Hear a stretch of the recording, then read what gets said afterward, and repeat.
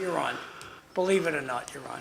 Okay, good morning. We're Welcome. not on the TV. There we are. There we go. Good morning. Welcome to the Dawn Patrol. I'm Bob Hoey, the host today. To my far right on this table, Tom Bomil. He's a host every other week. And in the middle, it's the hardest working man I ever seen on the city council in my lifetime. I'm 70, haven't seen anything like him.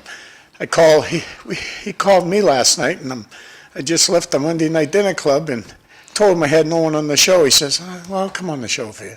I said, hey, take your pick, 6 o'clock, 7 o'clock. So I'll do both hours. And buddy, I'm going to tell you something. You're in a race that I've never seen in my lifetime in Lowell. People ain't paying attention right now, but the race is going to be held in Belvedere. They might cover the rest of the city on how many people come out to vote. I look at Drake at Tom, and and I'm sorry, John McDonough's behind the camera, the guy that gives half his life to the people of Lowell. Thanks for what you do too, John. But this election... Bobby, thank you for being the person you are. Let's just pat each other on the back until 10. Listen, to me, you got to give credit to the people that are doing the job and they're working. And there's nobody out working this guy, nobody. And I hope my friends in my neighborhood, I'm in District 3, which is Belvedere. And I'm excited right now because I've never felt an election so powerful, really. And I've worked for a lot of different people. For a lot of years, quarter of a century. I run for city council 3 times, and I'm a big baseball fan. You lose 3 times, get out of it. It's not for you. I would have drug-tested cops. That's how bad I am. You know, those issues. I would have came up with issues that people say, oh, don't ever vote for that guy. Well, let me tell you something. The best thing in the city is the school committee. It's the best race going. 3 females, 1 male, running for 2 seats. And we haven't had change on the schools in a long time. We haven't maintained our schools in maybe a century, but a half a century anyways. We haven't maintained our schools. One of the most important things, you got about 29 schools, maybe 30, and whatever around, we probably got 31 now.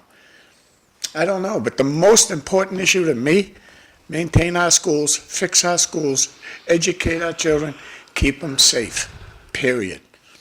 I'll get into something else later, but nobody deserves the credit on taking care of schools. Riley School, for instance, they never get you.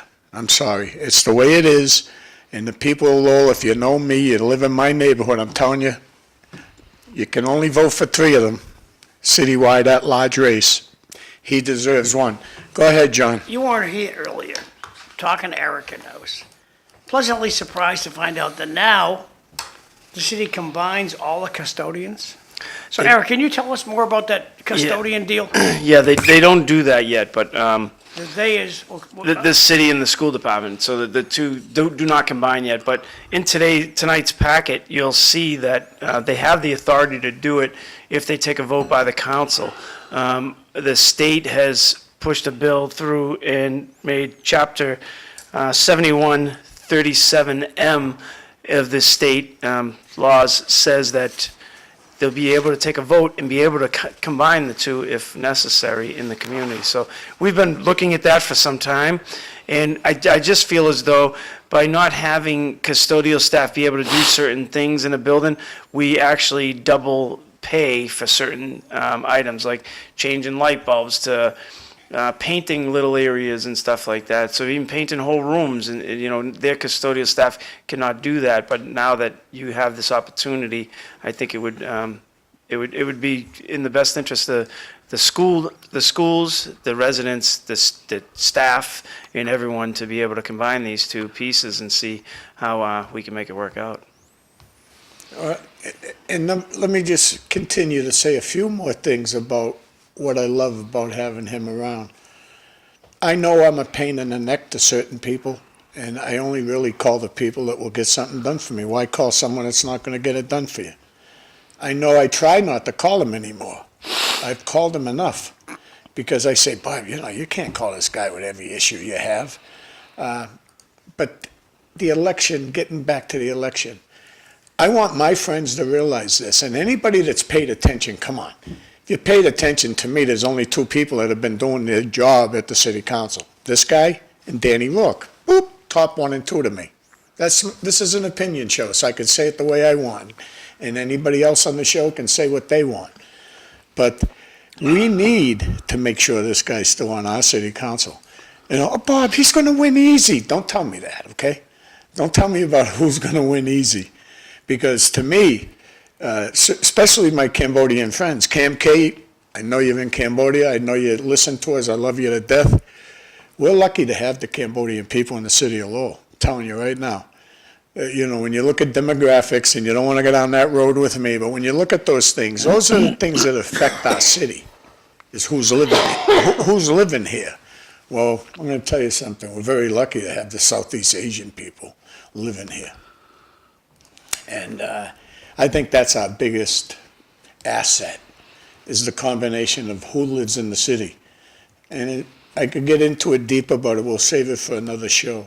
I want to jump to baseball, because you're going to get some good advice from this guy, because baseball is probably his favorite thing to do. Mine was always horse racing, and I got out of that. My wife had, you got to stop gambling, you know. But baseball, I think it's about 20 games I'm going to be able to watch Division I baseball over here at LaLashia Field. About 20 games I can go watch Division I baseball. That to me is huge. And you were on the city council when you made a deal with the ULO, if I'm wrong, correct me, and I believe we don't get charged for our graduations anymore. Is that true? Do you know if that's true? Lowell High. The Songish you do, yes, you would be charged.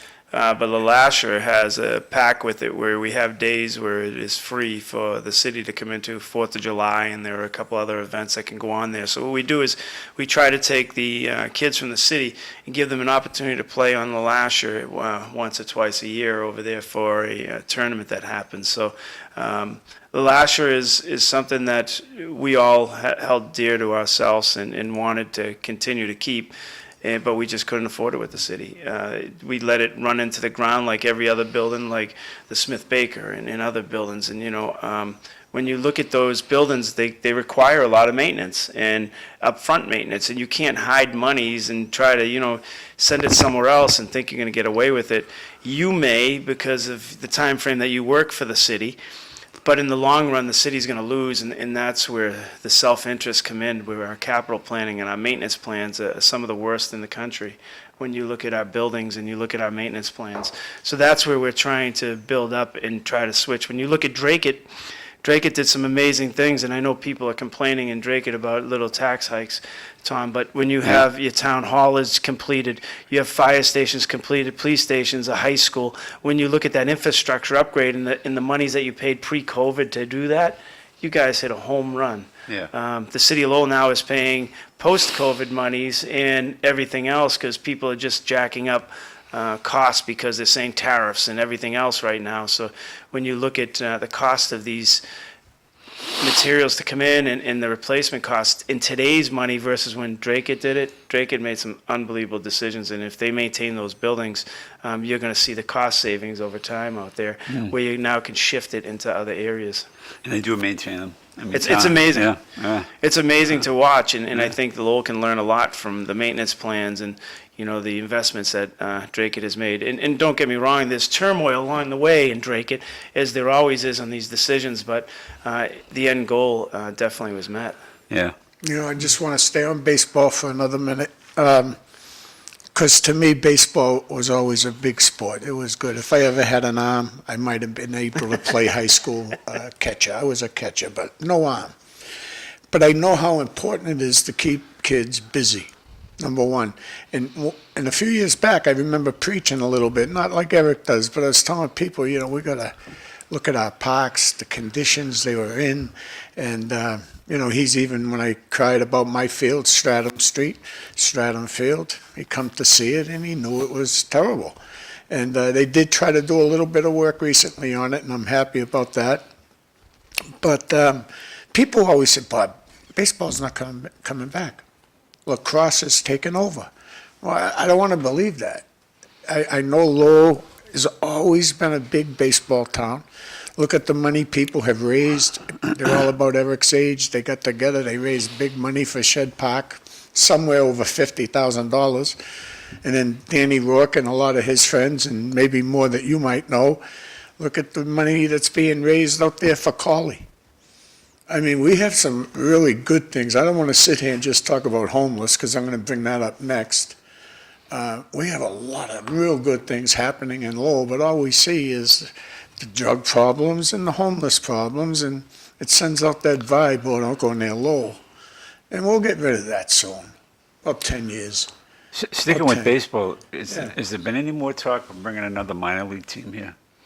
They're know moving there in was- that direction, but, Oh, okay. you know, So I know Marty there Meehan was- has been pushing that direction, that effort that way. They got the Lowell Angels. That is another older league that is playing 4 games over there at LeLasher. But when you think about it, it's not just Lowell. When you start looking at sports and the decline, or because social media has taken over these kids' lives, so they're on their phones. They don't actually go out of the house, and when they do, they don't even understand how to behave. They're pulling wheelies in the middle of the road on bicycles, or trying to ride dirt bikes, and people are getting hurt. But when you look at sports in general, what happened is that Lowell used to be a leader because it was, back then, there was no AAUs, there was no training and everything that you pay to play, basically. So it was the gritty kids who went out of the house and who would throw until the lights came on, the lights went out. When, the street lights went on, they went home. Today, you don't see that anymore because everything is specialized training. So you're paying to play, so you're going to a specialized person. And Lowell has really developed boomers baseball in other areas, where it's trying to put it back together and say, look, we're not here to take your money, because we've had some amazing athletes come out of the city who now are donating their time back. When you look at the Durkins and you look at the Cajuns and people like that, and LeLasher and Snow and those guys who are bringing it back, and McNamara and, the Scotts. You see all these people bringing back, okay, we're going to donate our time and try to give the inner city kids their passion that they had as a kid, and bring them back the skill set so they can compete on a level. There's nothing worse than going to a tournament and not being ready or skilled enough to play. And, when you go to the Chelmsfords and you go to the Lexingtons and those places, they have the money to pay for specialized training from former Major League Baseball players and stuff like that. So it's a disadvantage at that point, but I think Lowell has really stepped up lately, and they're winning state tournaments in baseball now. So you'll see it build back up. It's just you have to get into that specialized piece, and it's not the gritty kid can just run out of their house like Bob was saying about, when he was a kid, but it's not the same. And how do we get it back to being the same? But I don't think it ever will go back because of social media. Yeah, because baseball is a very scary sport to some kids. I remember even in Little League, the ball can come at you pretty fast. And lacrosse has taken over. I believe that. But my thing is, don't give up on it. And I think Lowell's been doing real well when it comes to baseball. And like I said, I'm going to be able to watch Division I baseball. I can't believe that. I sit here with John every now and then, and we bring up Marty Meehan. Let's get into you, Lowell, for a minute. Because I know you pay attention to everything. What's coming down the pike around you, Lowell? That Link project is going to be an amazing thing. $600 million of private investment over there. 2,000 jobs. You're going to watch this place be built up. It's just an amazing piece. And they're not like government, where government's saying, let's just subsidize everything, and somehow it's going to magically appear that the middle class is going to be able to do it, which they're not going to be able to. You're not going to be able to give someone who goes to work's money to someone who doesn't work's, to support them without anything that's going to be gained by it. So there's no payback to that. It's just, okay, here's housing. And that's not going to be the driver. And UMass Lowell understood that. And when you look at UMass Lowell's platform that they built, they said, look, we have a school over here with the skills where people are now going to different places to go to work and not in our city. So they said, how do we lure in businesses here so we can attract everything here, so we can have like a co-op system? You're coming out of UMass Lowell and going to be fed into a job here.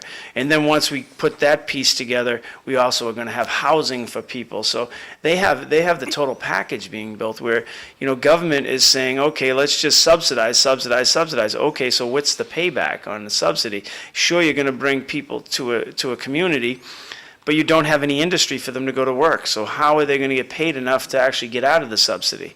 And you're just pushing people more and more and more into the subsidies. So how do you get them out of it is the question. And I don't think we invest enough into that business piece, especially the model where we have K through doctorate in our city. How do you get that balance where someone goes through that, but now you're going to keep them within the city? And we don't have that, and we need to drive that way. Mm-hmm. And we just gave away the Hamilton Canal piece to more housing. And whether it's, affordable or not, it just comes down. You need disposable income in a community to support a community. Or we're self-reliant on the state. And the state is, they're already pressing the panic button because of everything else, and they're telling you how much money that they're not going to have to give. So now, what do you do when you watch all these people who are for subsidies, who are elected officials, and now they can't deliver you the money that they're saying they could deliver, and what do we do in the end? We're just going to look at each other, and they're going to tell you some other things. So at the end of the day, you need people with disposable income, and you need businesses to create that so that we can keep them here and keep people working to be able to afford what we're driving. Another issue that you fought hard for, and I can't believe it hasn't happened yet, because a good friend of mine, even though we're on opposite sides of the world when it comes to politics, young Ju Chow, someone I really think she did a great job for the city of Lowell the whole time she's here, and I don't think she's done. But Charlie's Corner, for instance, is gone, okay? It's gone. The memories I have of Charlie's, it's unbelievable. Where was Charlie's Corner, just to refresh people's memory? Okay, it's on Market Street, right across from, I don't know the other street. I don't know if Corner it's of Suffolk. Market in Hanover? Maybe, yeah, it's right there near the canal, that area right there. But it's gone. And that, if you haven't driven by, Market Street, Merrimack Street, Aiken Street, if you haven't driven by that area, I can't believe the change. And now this is empty. I'm wondering what's going to happen there. But I remember young Ju Chow telling me on the show, I'm pretty sure, she said that Smith Baker Center will cost at least $10 million. And she said, I don't want to touch that. And she was buying all kinds of property down in Haverhill, everywhere. She actually put more housing in Lowell than the Lowell Housing Authority. That's how bad that place is. Talk about a place we got to clean up. But that's my opinion, folks, okay? But when I think about it, I say, you know what? Why is that Smith Baker Center still up? Why? And I know how hard you fought for it. I just can't figure that issue out at all. It's hard to get rid of memories, right? Everybody relies on a memory. You don't want to get rid of a memory. But I was the one who stood up at the council meeting many years ago and talked about last year and talked about when they were talking about it'll only be a couple $1 million to renovate, and said, you're missing here. It's going to be over 20 million, and it came in at almost 30. When you look at Smith Baker, there's no way in this environment today that they're going to pull that kind of money, and it's going to be upwards of 20 to 30 million to do. We look at the high school. You have the same people who said, don't renovate the high school, let's go to Colley, now voting to renovate Smith Baker. It makes absolutely no sense. And then when you look at it, you say you have the same people who said, let's bring it to Colley because renovations are expensive in old buildings, say this can happen. I'm still trying to figure out what happened to the magic potion they drank along the way to get to this thing. And I still can't wait to see the drive. And I'm putting everything on the line, telling you it's going to be a very expensive project. It's going to be well into the 20 million, 15, 20 million. And when you look at that building, there's no way. And government, that's where they're going to want the money from. There is no private investors coming into the city of Lowell and dropping $20 million to renovate that one building. When right across the way you get the Link project and they're putting $600 million in, and you're saying you're going to take 20 million and put it this way. There's no way without government money attached to it. And right now, that's not the place we should be spending our government money. We have plenty of other things. We have some of the lowest MCAS scores in the state. And one of the reasons why we have it is the environment that kids learn within. If you go to learn in the wintertime in a school and you need a winter coat on and you're shaking, yeah, it has an effect on your schooling. It has an effect on your learning process. If you're in the summertime and it's very, very hot and, you know, it's muggy in these buildings, it has an effect on what you're learning. And that's where we need to drive our funds, not into buildings that are just not going to have a return in any way to the city. And we forget about returns when we spend government money. We think it's free money that just falls out of the sky and lands somewhere, and we're basically bankrupting the middle class and pushing them into the poor. And when we should be building up industry so that we can push them back into the middle class and even upper. If you work hard, you should have some monetary payback. Well, It why should was be that, taken why away. was that project brought back? Wasn't that gone and now they reconsidered it, right? It was Smith Baker? politics, Tom. Oh, okay. All right. Straight politics. All right. It was one of the residents in the Highlands who has a Highlands representative that Dakota. represent him, and just called over to him and said, hey, look, and Dakota voted the other way in the beginning, know, but yeah, said, now, yeah. you know, I like you, okay, let's put it back on the table. It got put back on the table, and phone calls were made, and people didn't do what they should have done for the city, in my opinion. Again, this is an opinion show, as Yeah. Bob That's right. says. That's right. And on my end, it just looks like we're pushing out the inevitable. If you're gonna sit on that building for another 10 years, okay, but, you know, as you do, costs go up and up and up. We're watching, you know, people say tariffs are driving costs up. What do you think just happened to the Smith Baker costs? Did they go down or did they go up?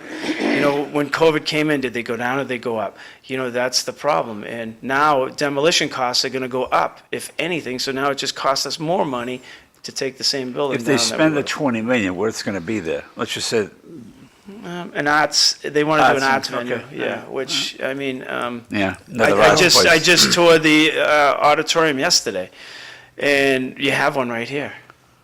And it's an absolutely beautiful building. Yeah. And, you know, they've done a lot of renovations, the painters are in there, they painted the second floor of it, it looks really, really nice, you know, when you start looking at stuff down there, and then you look over, you'd be amazed at the cost that it's gonna come in at, and know, especially if you use government money. I just want to, since we're talking about maintenance and buildings right now, I already know the three major things you've done for me in the past couple of years for my granddaughter's school, which is the Riley School.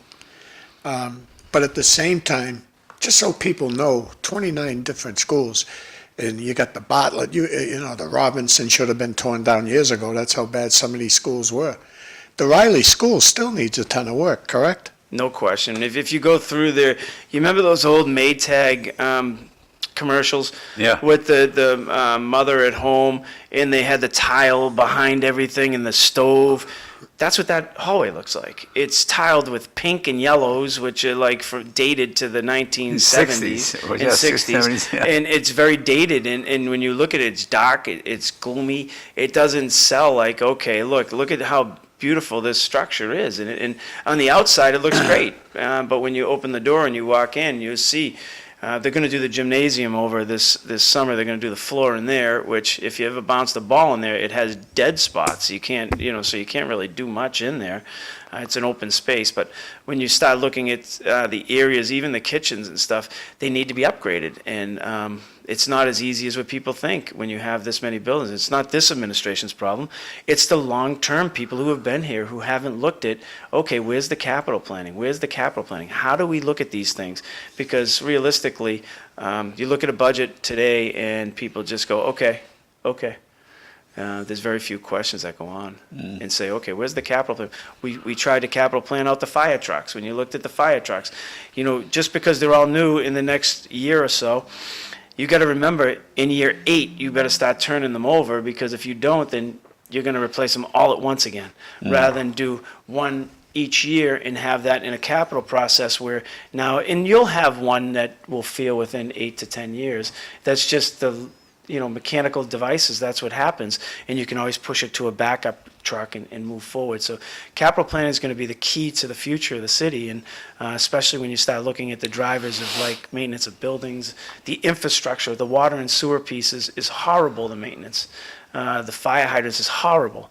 That's why we're not getting reports back, because everybody knows they didn't do their job, and now they don't want to send the reports back saying we didn't do our job, because remember, Tom, we got to have the cheerleaders every day and not someone say, hey, look, we're done cheering for something that's broke. Yeah. And I think that's the problem. We're cheering for things that, need improve, and we just raised the rates 12% in both. So it's going to be interesting when you look at the parking areas, also the parking garages.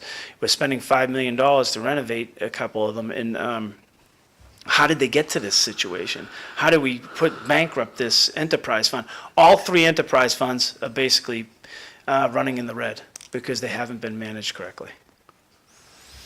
Well, since we heard all that good news, why don't we jump about homeless just for a minute? Well, it's something that's been very close to me for a few years now. I've been videotaping now and then, going through camps. I've even brought Derekit's Rebecca Duda to a camp on the river just to go look for someone that was missing, a person that she knew. So I've done a lot of videos on the homeless, and right now the leaves are on the trees are looking beautiful, and that's when the homeless make their camps. I've been watching it for over 10 years. But there's been a massive cleanup the last couple of weeks. Right? Yeah, These- well, the I states saw- even come in and Yeah. did something, Holy cow. but Eric, again, over here, the motion that he put in about keeping tents and people putting homes 1,000 feet, I think it was, near a school, I think was a big thing for the South Common. But what I've seen recently is the Elliott Church, and just recently, because the police are still there, they're trying to do everything, keeping them off the South Common, but Elliott Church is still coming back a little bit right now. I see more and more every day, because the weather's good, and they're gonna They're come out. feeding them. That's why they come. They Well, feed yeah, them. they feed them. Free feed bag every day. The majority of them, believe me, of It people, just perpetuates homeless.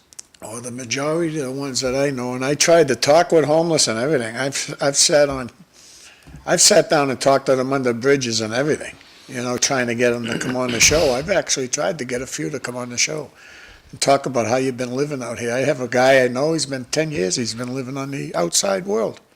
I don't know how he does it. I freeze in my house. And I just can't believe someone can sleep in the railroad tracks, but divorce is another one. Guy said, that's the guy that I know behind McCullen's Cement Company up there in the swamp, District 3. Let's Yeah. not use any names. I was just using the swamp, Tom's in the other swamp. Tom's in the new swamp. I love saying that. It's mental illness, and when you look at it, whether Oh, you get yeah. a divorce or not, it's mental illness. Yeah, it is. And the problem is we're cutting it at the state level recklessly, and it comes back and it ends up on us. Before long, we're pushing the middle class to homeless. When you start looking at all the subsidies and all the taxes and everything else that are going on and not building infrastructure and actually putting funding towards the mental health issue, we're pushing people that way, and or they're going to move out of Massachusetts. That's what's happening, because you can't keep doing it this way without creation. And people are moving here because they know this is the place that you can get things. That's what's happening to Lowell. Everybody knows Lowell is based off of a social service network, and there's more nonprofits in Lowell than there are in any other community besides probably Boston. And we have them all in our downtown. So where do you think people are going to go? They're not going to go to Drake in the outskirts by Methuen. I hate to tell everybody, there's no one living out there because they're not going to be able to walk down to the Elliott Church and get meals.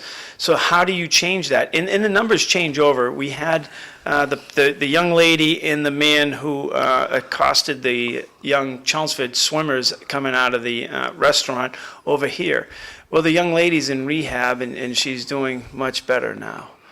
Because of the arrest, because we held someone accountable. If we just let them go, what do you think's going to happen? And that's where the problem comes in. I know the family, so the sister called me and thanked me for, pushing that envelope. And at the end of the day, that might be one, it might be the outskirt, but it's the one we should be highlighting.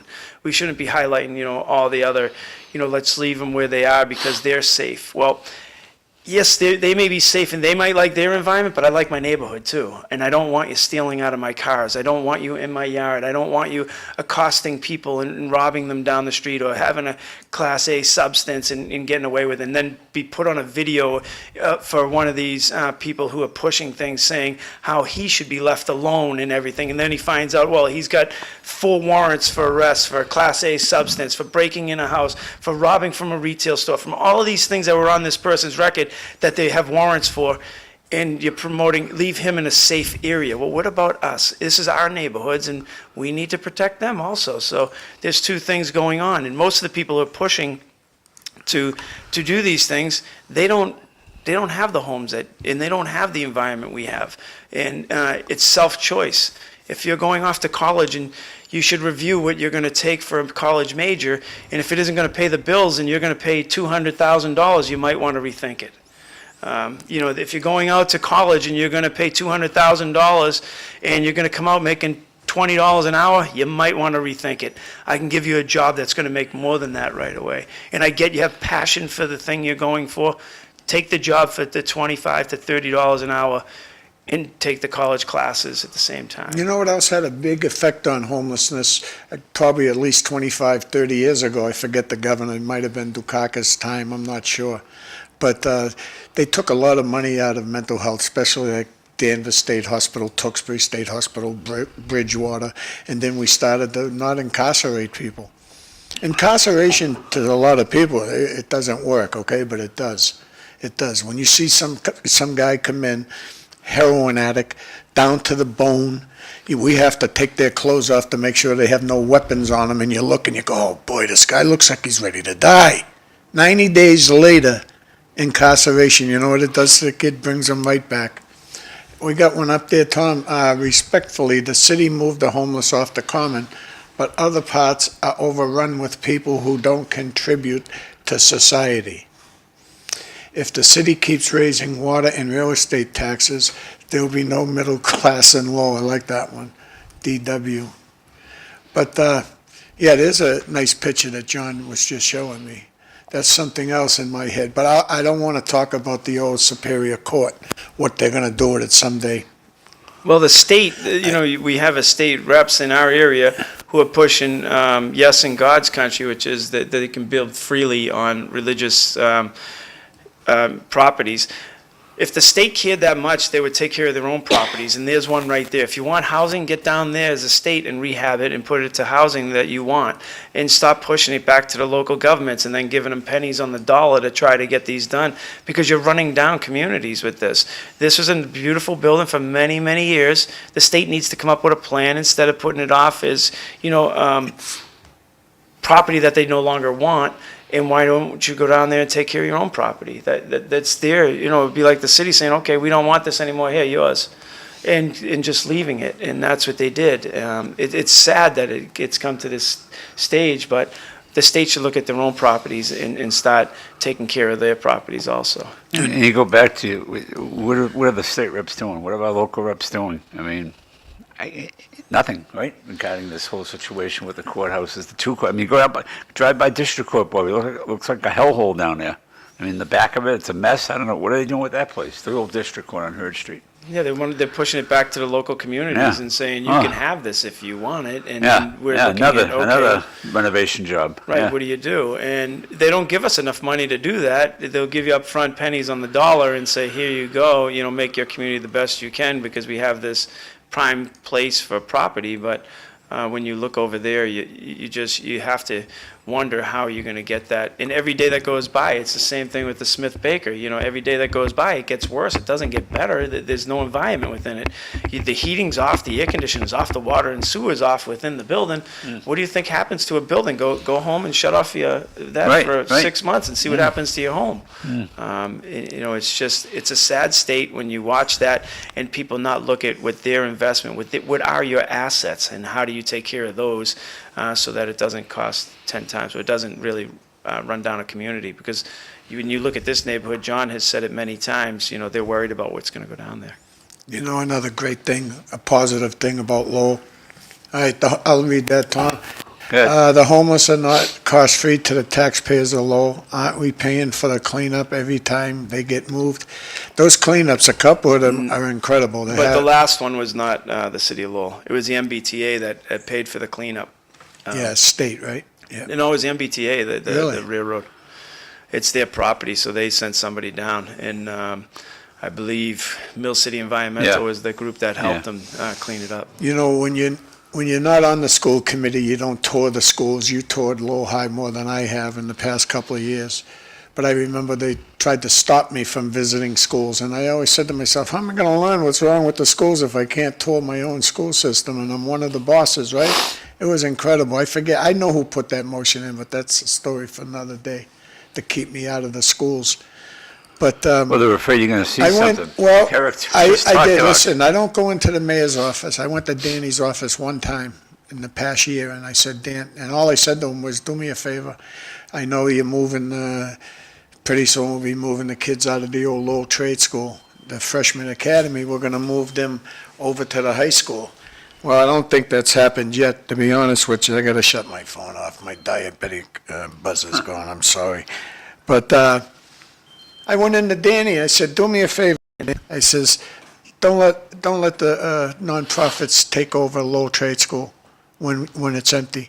We need to save that for special ed kids. They put the special ed kids up inside the new place on Arcan Drive, and the elevators don't work right. It's a safety hazard. They used to be in the bowels of the old Lowell High, the special ed kids, so you did need to move them, but what a building the Lowell Trade School would make for special ed kids, and you've already bought one school up in Pawtuckaville. I think you led that charge too. That's my opinion. I thought you led that charge. John Dark School there. That's how to save a lot of money in the school system anyways, because we're shipping people out to like the Lighthouse School in Chelmsford, $350,000 per child. We only send 2, and sometimes you have to be politically connected to get your kid in there. And that's happened in the past. That's like the housing authority over here, the Bishop Markham. You don't think that's a problem? You don't think that's part of South Commons' problem? It sure is. Take it from an ex-cab driver. It sure is. Because at one time when I was a kid, there was people that lived in there, like the North Common. You think you see tents in the North Common? Nothing. No way, you won't see a thing in the North Common, because those people that live there will clean that up. But this is the opposite. This was people putting their buddies in there.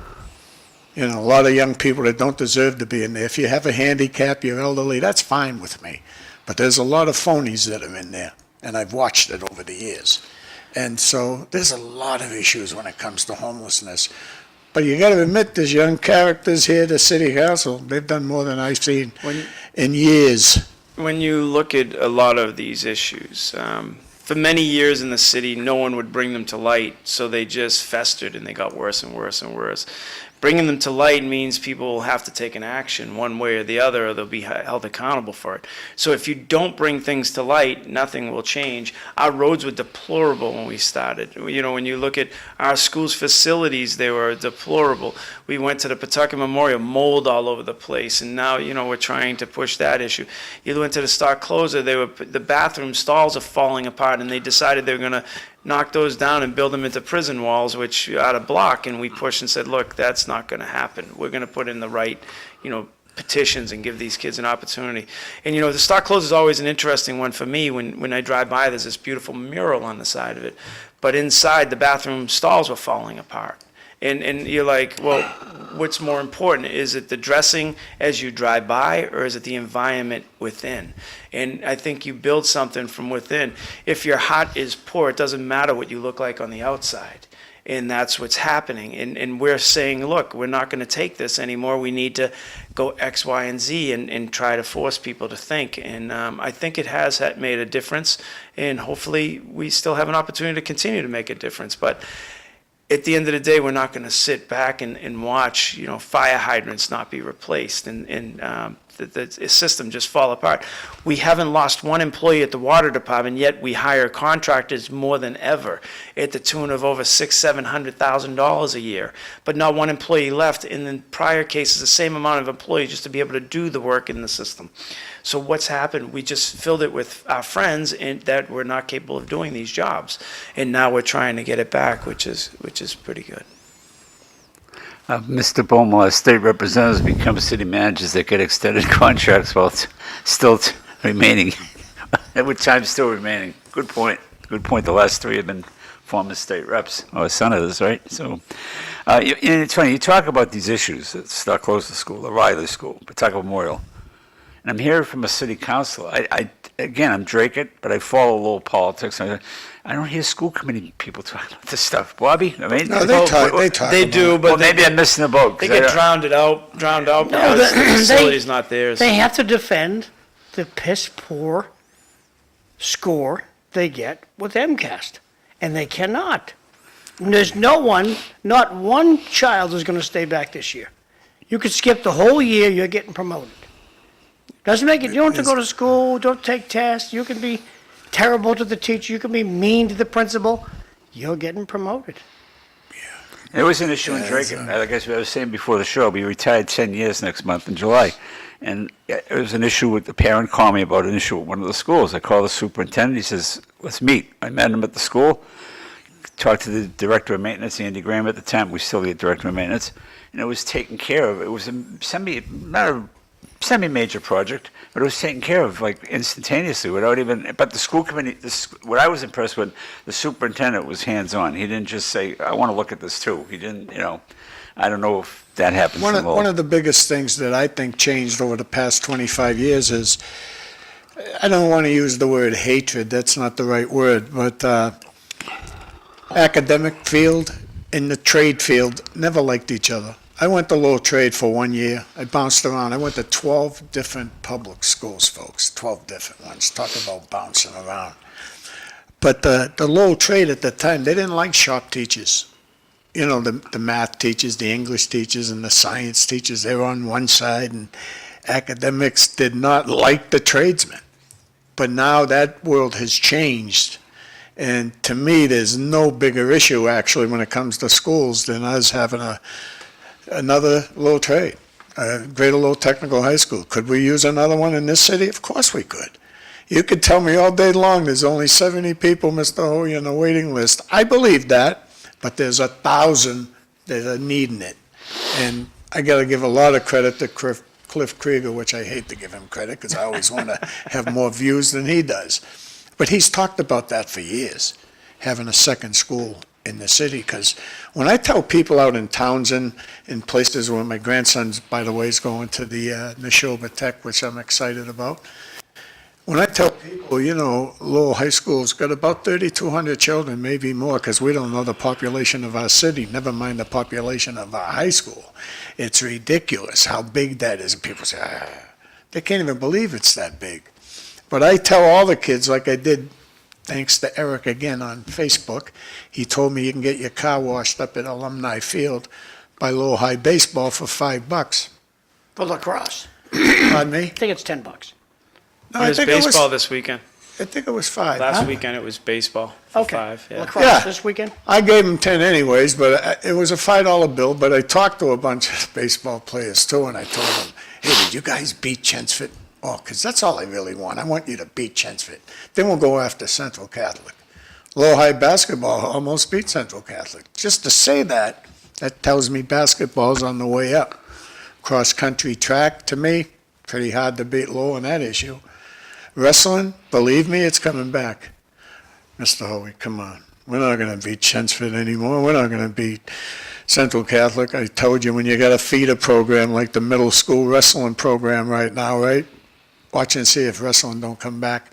Baseball, all those things there are making me feel good, finally. And it's the new generation of people that are on the city council, and the mayor, and they're doing okay. There's a few I hope get beat, without a doubt, but we got to see how many come out and run. But Hey, Bob, I don't know if you Go ahead. heard, did you hear your friend was on CAP Saturday morning, Dan Finn? no, I didn't. He I was don't on- listen to that. I'm Well, sorry. I just didn't know if you heard that he was on, he sounded pretty good too. Yeah, Well, he's so. in a major race. Yeah. Believe me, I want to make sure two people, Erik Gitschier and Danny Finn, get elected. I'm not afraid to tell people that. Finn is like family to me. One of my cousins had died in the past couple of years, Gary Newell, Vietnam vet, after the war. The Finns kind of took him in the family. And he was my blood cousin. They took him in. And he just passed away a few years ago. So Mickey Finn, the father, talk about baseball, Eric. And you know, Coach, my Uncle Dan Newell, since we're bringing up baseball. I'll bring up a name that Eric won't even know. Franco Patel, the Stones in the South Common. My godfather. Is that Charlie? Maybe one of the best baseball players that ever come out of Lowell. Was that Charlie? That's his son. Franco's son is Charlie. Lived on Princeton Boulevard there. Yeah. And then there's a bricklayer. Yeah, those people. That's my godfather. He married Stella Keys. They lived on Katy Street. I heard Twilight League. That's way before my time. But it's just a sports city. Boxing, I have 12 fights in my life, 5-7 my record. Because I'd eat a frap I'd have a frap and a cheeseburger sub before I fought.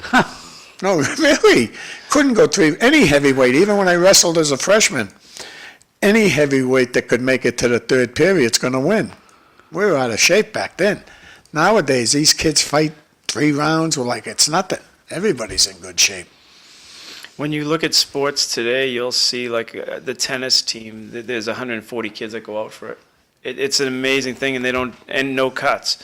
When you look at the football team, the numbers are up. When you look at a lot of things, kids want to be socially active, but I think that some of them don't want to leave at 2 o'clock bell goes off, the buses leave. We have a 3 o'clock, a 5 o'clock, and a 7 o'clock, and some of them will stay in the mall area and just talk till 3 o'clock, or some will stay till 5 o'clock because they want to go watch one of the games. So I do think kids want what all of us want. It's just how do we bring it to them? Our generation and my generation, I think, is failed in a lot of ways with trying to give back. Every generation changes something from their parents that they didn't like. And when you come into it and you look at like the social media thing, we weren't very balanced at telling kids, take away your phones. Hey, put the phone away. We're trying to talk.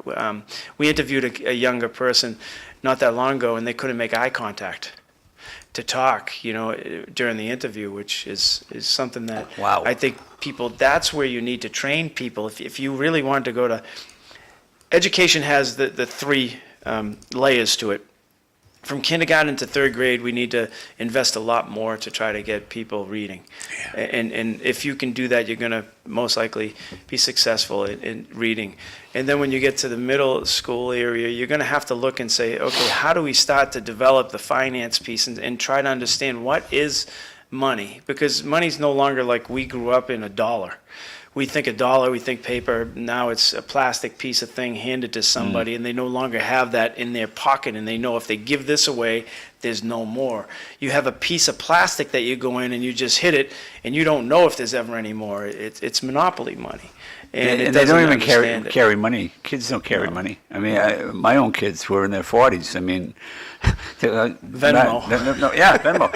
I remember being out to eat one time with my son. I said, tell you what, I'll pick up the tab. You leave the tip. He said, I don't have any money. I said, what do you mean I don't have the money? He said, I don't have any money on me. Well, go to the ATM right there and you can get money for the tip. I've never been that disciplined where I can have a debit card or anything. I still, when I go to the bank to take money out, a deposit, they always say to me, can I see a debit card? I go, I don't have one. And they're like, well, we can get you one. Well, I don't want one. I'm not disciplined enough not to use the thing every time I have a want. If I don't have one, then I can't use it. And there's another thing. With banks, they're going to go, you're not going to need banks pretty soon. The other day, I didn't realize you could do it. I took a check I got in the mail, and I deposited it on my phone. I didn't have to even go to, I couldn't believe I could do that. I mean, you go to these ATMs and deposit money. You can. It's just amazing. But you have to teach them financial literacy, because if you don't, I think there's a major issue there with how are you going to understand what a percentage is on a mortgage or on a vehicle. People get robbed every day when they go to buy a vehicle, and they're like, the price of the car is this. Okay, yeah, I'll take it. Then they get in the finance office, instead of being at 3.9%, they get them at 7.9, and next thing you know, you're paying that 4% in between. John talks about that every week, finance. I think it's an extreme piece to what people are if you want them to survive. Going back to the cell phone thing we were talking about, the kids have to turn their cell phones in at the Volk school before they go to school, like Lowell High is, right, Bob? They're not allowed to have cell phones, every right? classroom's probably different, Tom, It's but the Volk school the way you take them off them, I'm not in the schools, but I can tell you that it's an incredible job at Lowell High School. Don't forget, Lowell High, it's a different type of school. That's number one. To me, you get 3,000, let's say 3,000, it's probably 32 by now. The top, I'll say the top 1,500 kids, they'll be all right. They're going to be fine. They can go to free college over there at Middlesex, or if they want to go to ULO and become an engineer, it can happen. It happened to me and my family, and I'm so happy about ULO, to be honest with you. But the other 1,500 is who I worry about. I was one of them. But I had the opportunity to go in the U.S. Army if I didn't make it through school, and I didn't make it through school. I hated school. Couldn't read. He hits the nail right in the head, and I've talked about this many times. It's almost like I get ripped off, because if they send you to the 4th grade and you can't read, now you got to learn how to fake your way through. Come up with a way. I just took the ruler a lot, that's all. You know, these hands have been hit many, many times because I couldn't read. You think I was going to stand up? And that's what they did to us back in my days. You had to stand up in class, Mr. Hoey, it's your turn to read. I ain't reading. Down the hallway you go, boom, boom, boom, boom, boom, boom. It hurt, but I didn't have to read in front of the girls. I didn't have to read in front of them. You get embarrassed if you can't read. It's a big issue, but that percentage of children in the 3rd grade that can't read, I'll go as high as saying 50% of them can't read at a 3rd grade level. They're probably reading at a 1st grade level. But the other 50% can read at a 5th grade level, 4th or 5th grade, and I'm only in the 3rd grade. The people that can't read, like me, the one that was going to disrupt the classroom, moves with them people that can read all the way up. So it hurts both people if we don't teach them how to read. And think about this with teachers. To me, I got to give all the credit in the world for my granddaughter, anyways, 25 years old, doing fine. It's because of a math teacher at Lowell High, writing her a certain letter that followed her to you, Lowell. And I'll never forget him. But I'll talk about him during my campaign. But they didn't even want to pay teachers when I was there $30 an hour, a teacher, to help tutor kids and teach them how to read. You have to sit in front of a good teacher that's got 32 years in the racket, sitting with 4 children trying to teach them how to read. It's amazing. They finally gave him a $10 raise up to $40 an hour. And prison guards, I could make $75 an hour watching potholes. That's what bothered me a little bit about being on a school committee. I always fought for teachers' pay raise, because I look at teachers in a different way. Most of them are like, how can I put it? They're the backbone of the system. You're teachers, okay? Everybody else is support. I don't care who you are. The unaffiliated that makes more than teachers, we got about 100 of them. Those are the ones John says were top heavy. They're all over 100 grand, but they're social workers, very important position in this world. But when we go to look at a budget and we have to start cutting places, you sure shouldn't be cutting teachers. We need more math teachers in the high school, special math teachers. To me, that's the key, because I watched it. I watched it happen to my granddaughter. Just make sure you bury yourself in math, because females can make it in this world. That's what I used to say to her. You could be a civil engineer. My wife almost made it. It's a tough thing to do. A lot of homework, I'll tell you that. But and I got to go back to this, because I'll forget this. Eric, when we look at a school budget that's roughly $250 million, something like that, give or take 5 or 10 million, to me, when I hear the numbers, and I haven't been around in a while, 87 cents it was when I left there, out of every dollar goes to pay the staff. All staff, 87 cents. So we got 13 cents left over to do everything else. To me, we're doing a pretty good job. I mean it, as bad as our grades are, our test grades, I just watch things like, how do the kids look going into the school? I can't believe the way some kids are dressed. I just can't believe it. I'll give Brian Martin some credit. I talked about this last night. Brian Martin had a kind of a dress code going on at the high school. There is no accountability for teachers. Kids can't read, no problem. Move the problem to the next grade, 180 days. I hate when I see that 180 See, days. I don't believe it goes to the teachers. I believe it goes to the Department of Ed. Department of Ed is the one who pushed all this stuff, and it's kind of... Teachers have a union. The union could push against the Department of Ed, and they refuse to. Please And continue. I'll say this, Good I luck. think, You got two Good more, luck. Bob. okay, home run, Mr. Gitschier. People get robbed every day, some with a gun, some with a pen. You know, and that's an interesting thing, because when you look at it, I'll comment on this one too, but when you look at that, they're not wrong. If you walked into a bank and you robbed it, you'd get 10 years. If you go on the computer and you get millions, you get a slap on the wrist. and and that's what that goes to, and the pen thing is interesting.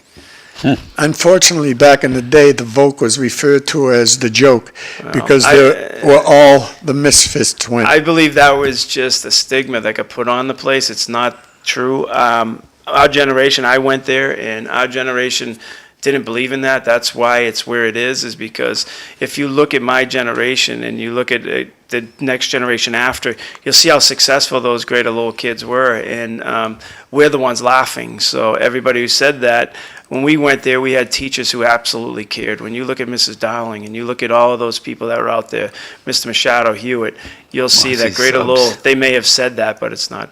It was far from true. Tom, you want to read these? Great show so far today. What's the menu? Donuts, Mosey subs. Remember Mosey Mosey's. subs? They were the best. You A passed question one. for Mr. Hoey. What is the maintenance cost of the budget goes towards the schools? You know, when you talk maintenance right away, I think of maintenance of effort, and I don't know anything about it. Eric knows more about maintenance than any one of us in the city of Lowell, especially when it comes to maintenance of schools. But I know it's an issue that if you bring up in the city past, when I was around, you'd get fired if you were the superintendent of schools and you even mentioned anything about the maintenance of effort. You'd be gone, just like they got rid of Dr. Kafawi. Bobby, So- it's going to get more confusing now with the issue that Eric brought up this morning, how we're going to have the custodial staff married to the city staff. That's the wrong avenue, because now the math's going to get real fuzzy. I don't know that I said Maintenance of that. effort math. I don't know that I said that. What I said is you That could was my marry. takeaway from what you said. You can marry the two together. I don't know who's responsible. Like if you go to the town of Lexington, they have that, where it's a facilities department, but they report to both sides. The manager, the department head reports to the manager and also the school superintendent, who work together to get that baseline. So the funding source comes from both, but it is joined together at the hip, and it's just a hit which a capital plan. They also have the planners in there that do the MSBA stuff so that they can do the building rehabs and stuff like that. So there's a lot more to it than what meets the eye. I'm going to wait till 7 o'clock So, and then John, we'll play with the agenda. let me just can we just stay on that issue for a second, John? Go ahead. Number one, when it comes to custodians, and back when I was on the school committee, we had about 101, if you remember at the time, about 101 custodians. And our biggest issue, to me, there was more than half didn't live in Lowell. That's all that bothered me, because like I said, I went to 12 different public schools. Because of a divorce, you bounced around the whole city. And custodians, some of them have actually probably saved my life, half of them, because they're not just people that sweep your floor and empty your trash. The ones that really do the job, and there's a lot that shouldn't be on there's no doubt about it, but the ones that do their job are more than just the janitor or custodian. Sometimes they're a big part of security. They're watching their own school, a good one, the ones that deserve their pay.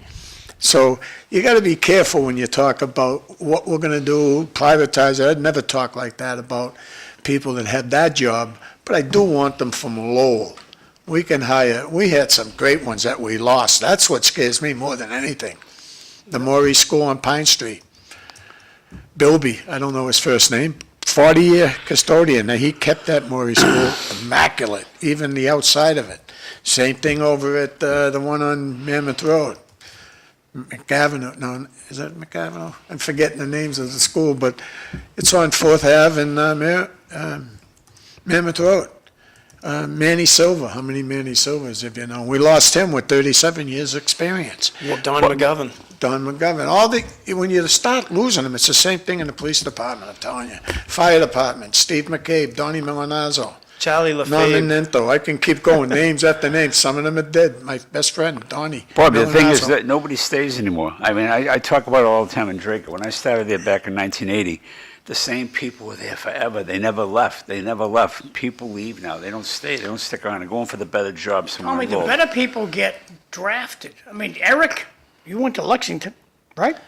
I went to Tewksbury, but it wasn't for that reason. It was because Ned Tarmey put together some panel to hire the next level, and it just wasn't the career path that We I gotta was go to going. break. We'll talk about it more after. All right. Okay.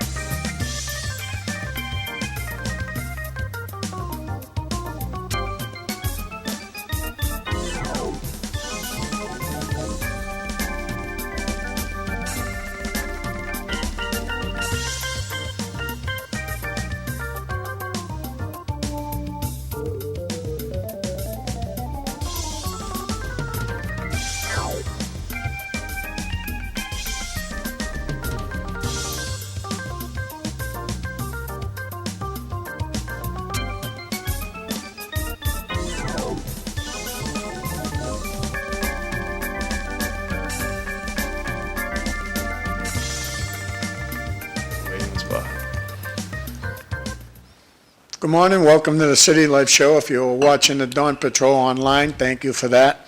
I know my wife's watching me today, guaranteed, because I told her Erik Gitschier's on the show with me, so Michelle, make sure you share that, please. No, I think to start this the City Life Show off, I thought I was going to have no one on the show today because Tom has to leave early today.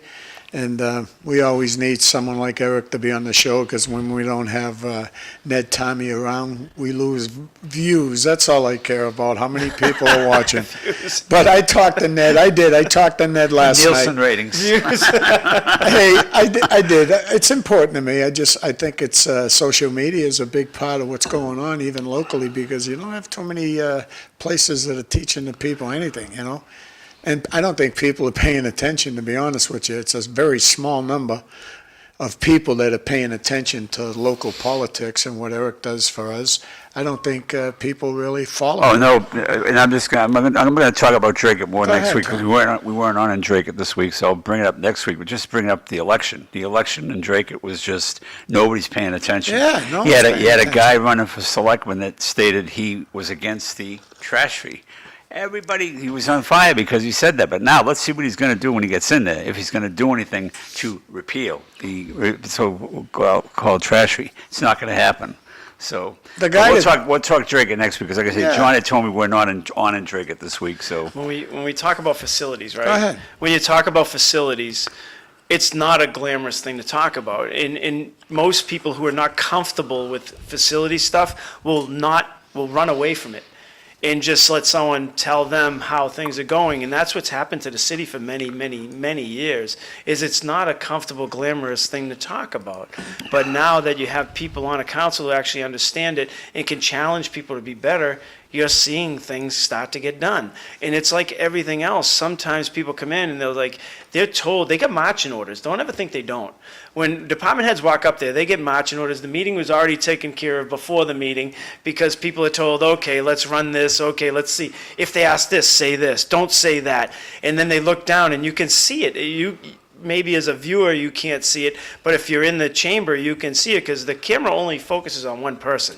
It doesn't focus on the other ones giving the evil eye or doing their thing. And That's quite deliberate, you know, quite deliberate. you can see it, John. Clearly, if you sit in that seat and you look over it and you can see your head look down because you're like, wow, Erik, how did this change? yesteryear, I used to run the There's a- cameras for city council meetings, okay? Yeah. And I get more complaints because I take a wide shot.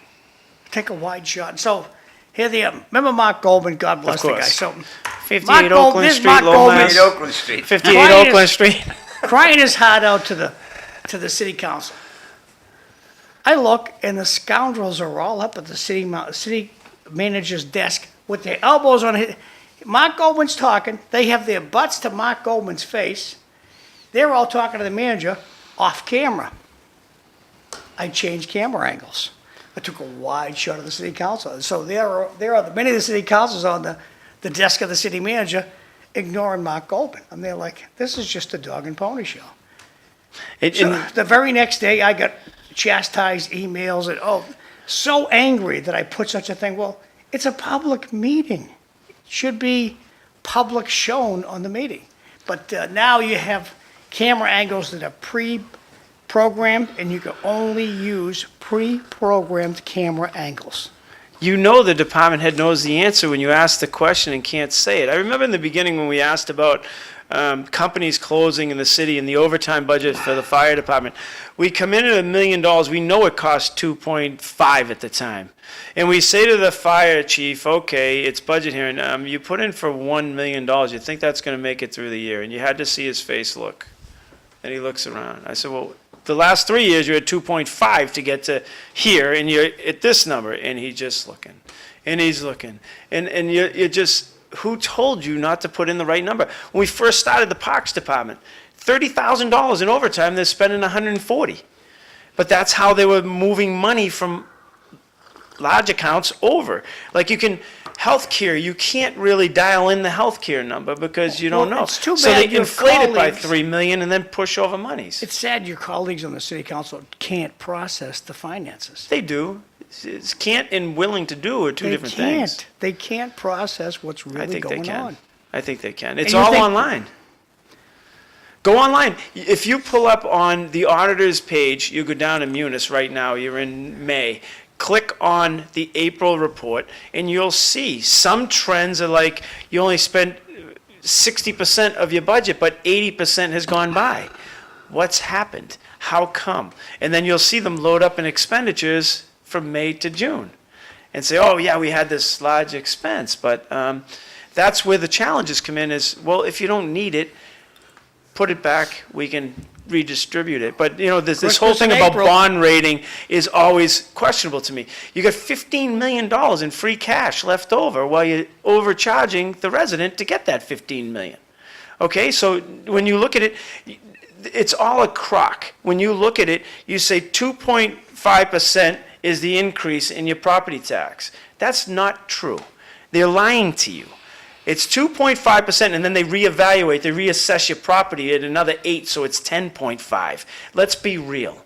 Look at the assessments and how they went up, and look at your tax rate, and then you'll see it's not 2.5. There's no way you can run the city at 2.5 unless you dial in really tight. And you know that, Tom. You've seen yeah. assessments, how Yeah. assessments work. You just reassess, boom. I've never seen an assessment where, the community's number has changed in the negative way. No. So that's what you do. You assess at the same time as you increase property tax, and you balance it that way. But when people say it's only 2.5, that's crazy. It's probably been a 30% increase over the last 3 years. Because when they talk about the trash fee in Drake, and one of the questions was, okay, now, and it's just a Band-Aid. It's only a Band-Aid. Josh Taylor was here last week, and he talked about it. It's only for a year. It's only work. It's going to get worse. But people are saying, well, once it's taken care of, we're going to take the trash fee away? And no, that's not going to happen. It's there for life now. You're never Well, gonna because see it. that inflated number that used to be paid in trash fee is still in the budget. Yep. So that number is being used for schools or wherever. Exactly. I don't know where But they're it's only using a it. Band-Aid. But It's only, now your trash fee is going to start, and it's only going to increase unless you do what the city of Lowell did, is they put a trash fee in, and they didn't increase it for many, many, many, many years. Yeah. And then it got offset by taking away from other places. So those are the two questions that cross over.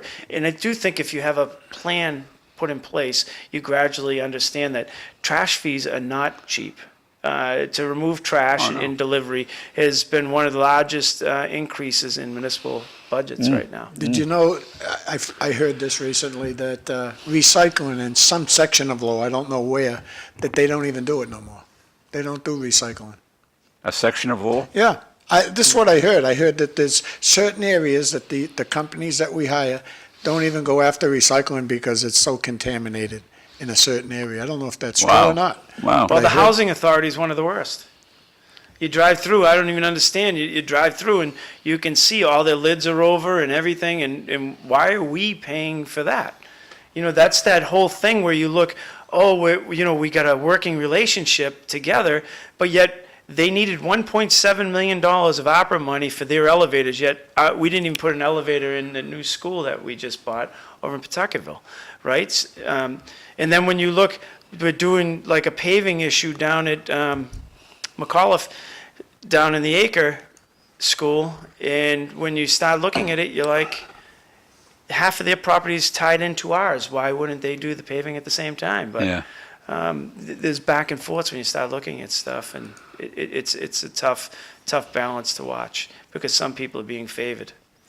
Yeah, in the Dawn Patrol earlier, we were talking mostly positive stuff that I think is happening in Lowell. There's so many good things happening, but I'm still always stuck on the two issues. You know, it's usually drugs to me. I don't like anything that's going on when it comes to the drug problem.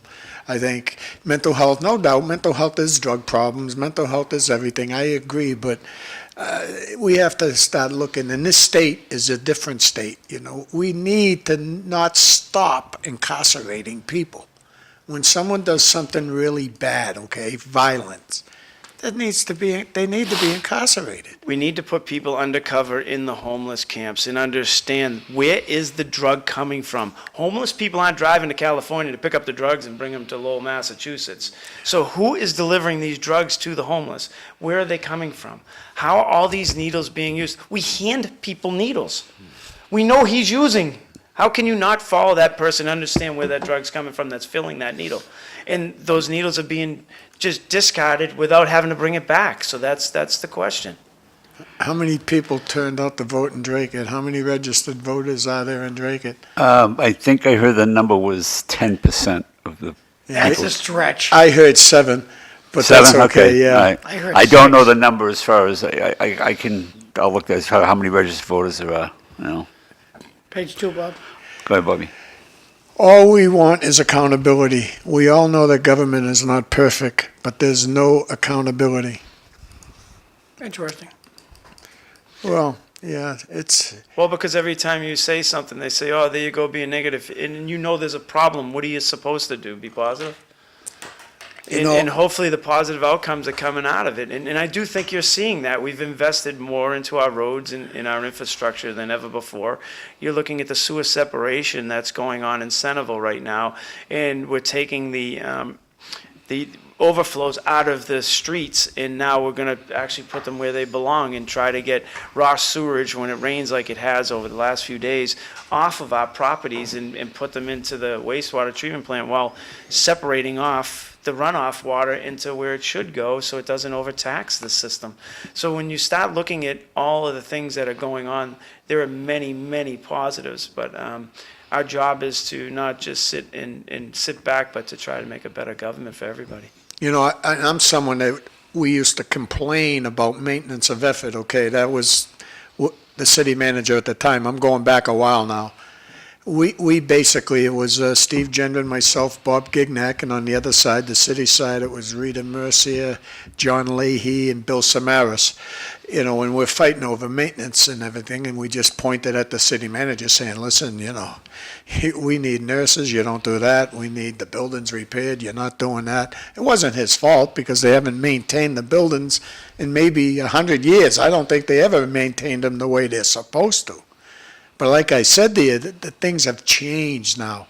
And so someone like me that's looking, I'm going, all right. I'm just looking at a few schools, and I haven't been paying attention to all of them. If I get elected, I will, because I thought at the time the Robinson School, we should have leveled that. And I thought at that time, build a beautiful middle school right there up at Gagefield and where the Robinson sits. Wipe it out. I couldn't believe the boilers and the shape the buildings were in. It was incredible, but I'm talking 1990s, 94, 95. But I'm very happy, except that I think the thing that you push for, and I hear Corey Robinson push for quite a bit, is forming a team, some type of team that takes care of our buildings. I've dumped on the lands and buildings many times in my career, saying they just can't do it. It's not an easy thing to do a good repair. Repairs are hard to do them the right way. And not to dump on that outfit, but I don't think they had it. I never think they had it. You got too many schools and too many city buildings that we weren't maintaining, and finally, And I give myself a little credit because Dr. Kafawi's the one that opened his mouth about maintenance of Everett, and right away I told him, you're in trouble. You're in trouble. And then he got hit with that issue, the racial issue, the text messages, which Boston Latin School had the same issue at the time. It was a hot issue. And he fixed it in 7 days. It went away. Yeah. I don't know if it was a bunch of money we gave away or what, but he fixed the issue, and that really hurt the city solicitor and Brian Martin at the time, hurt them. And I know he done a lot of good for the city too, Brian Martin, and Brian and I never really got along, but he's, at the high school at least, he was in charge of the high school, and it was the first time I seen it. This is going to be the first time this city manager has ever had a budget without having it subsidized by opera funding. And this is going to be the first time on the school side there's no ESSA funding. So you're going to see cuts. You're going to see cutbacks because we were offsetting our budget with opera monies. When you look at the water, I remember last year, it's in the history of the whole time the water department's ever been up, a reduction in the cost of water chemicals to treat the water. A reduction, and it was offset with the opera money. That's why it was reduced, because they were pouring money in from the opera side to try to artificially lower things. And the same thing on a lot of places. You're going to see the school department coming in saying the city's cutting us this and that, and there's going to be a battle back and forth. You're going to watch these things develop underneath us because now they have to actually live within the means of what the taxpayers and the budgets are. And it's going to be a challenge. And you're going to see that these opera money overflows are going to be a challenge for everybody in the ESSER, in the schools, because we added permanent jobs with one-time monies. You can't do that without having a funding source that's going to be sustainable going forward. So most times when you add jobs that are permanent and everlasting, you need to have a revenue source. Well, we're going to see where all this money is going to come from, that we hired all these people under, one-time monies for continual cost. And it's the same on the school side. They did the same thing with the ESSER money. They hired positions based off of that without understanding where is the continual funding coming from.